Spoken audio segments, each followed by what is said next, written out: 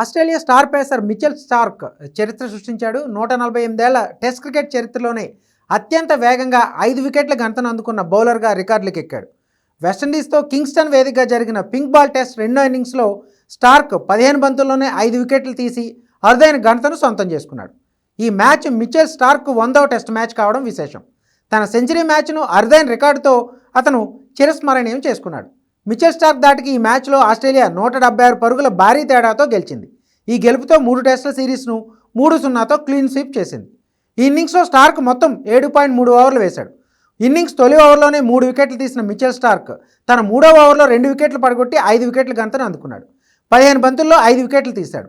Cricket చరిత్రలో బంతుల పరంగా అత్యంత వేగంగా నమోదైన 5 వికెట్ల ఘనత ఇదే. ఈ క్రమంలో అతను 78 ఏళ్ల రికార్డును అధిగమించాడు. 1947లో ఆస్ట్రేలియా బౌలర్ ఎర్నీ తోషాక్ 19 బంతుల వ్యవధిలోనే 5 వికెట్లు తీశాడు. బ్రిస్బేన్ వేదికగా భారత్తో జరిగిన మ్యాచ్లో అతను ఈ ఫీట్ సాధించాడు. ఈ మ్యాచ్ రెండో ఇన్నింగ్స్లో స్టార్క్ తన తొలి బంతికే వికెట్ పడగొట్టాడు. అదే ఓవర్లో మరో 2 వికెట్లు తీసి తొలి ఓవర్లోనే 3 వికెట్లు ఖాతాలో వేసుకున్నాడు. మళ్ళీ తన 3వ ఓవర్లోనే వికెట్ల వేటను కొనసాగించాడు. ఆ ఓవర్ తొలి బంతికే వికెట్ పడగొట్టాడు.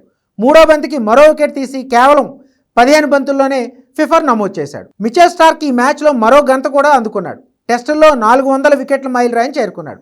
ఈ క్రమంలో ఈ మైల్ రాయిని అత్యంత తక్కువ బంతుల్లో చేరుకున్న రెండో ఆటగాడిగా రికార్డులకు ఎక్కాడు. ఈ జాబితాలో దక్షిణాఫ్రికా మాజీ ఆటగాడు డేల్ స్టెయిన్ అగ్రస్థానంలో ఉన్నాడు. అతడు 16,634 బంతుల్లో టెస్టుల్లో 400 వికెట్ల మైల్ రాయిని చేరుకున్నాడు. మిచెల్ స్టార్క్ 19,062 బంతుల్లో ఈ ఘనత సాధించాడు.